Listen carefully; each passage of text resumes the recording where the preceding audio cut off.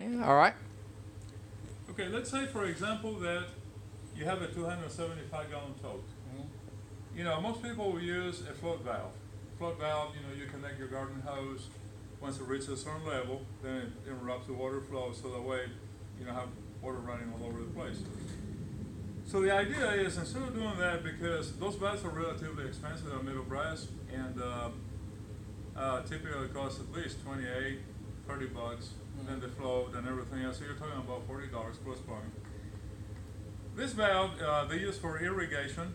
It operates on 24 volts AC, and if the solenoid is rated for 24 volts AC, it means you can run it at 12 volts DC, okay, which is typically what you have on a regular battery, you know, on portable systems.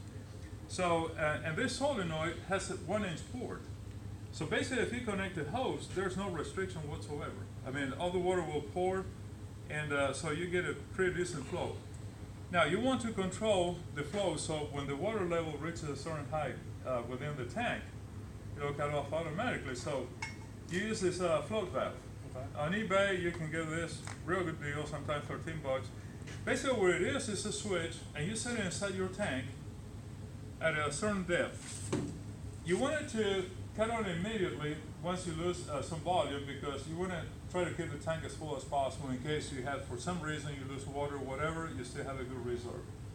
But then, as the water level increases and keeps going up, then eventually this valve floats out this way, and the switch cuts off the supply to your solenoid. So the solenoid cuts the water supply automatically. As you're running your machine, this naturally will be depleting the water, so this goes back down, and the cycle begins again. When it reaches that point, then the solenoid opens up. So basically all you have to do is have a regular toggle switch.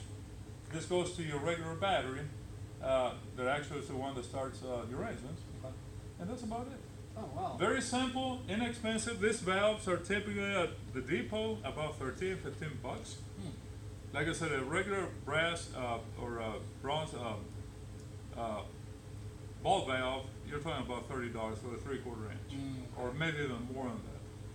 So, and this one will set you back about, like I said, another $13. So you're talking about $26 plus the fittings.